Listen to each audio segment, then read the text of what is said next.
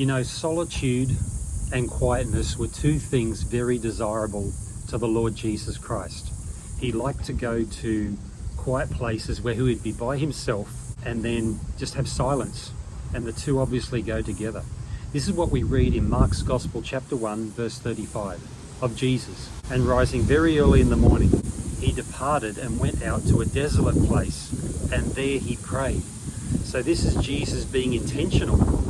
He's in a house, the house of Simon Peter. He's healed Simon's mother-in-law.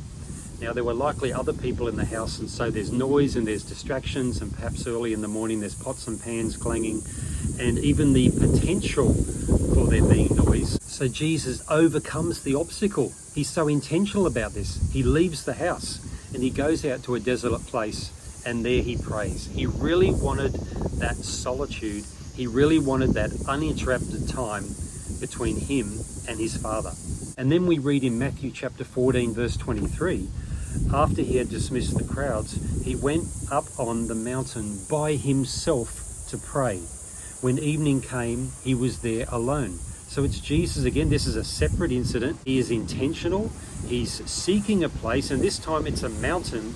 And once he finds that quiet place where he can have the silence and the solitude, then he prays.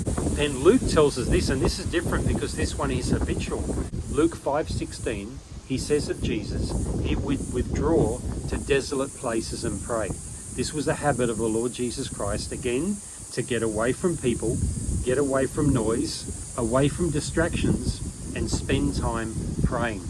So this is a feature of Jesus' life and ministry, and it needs to be a feature of the life of the modern day disciple. It is entirely possible to live a whole day, particularly living in a city in this modern age where we're just surrounded by noise.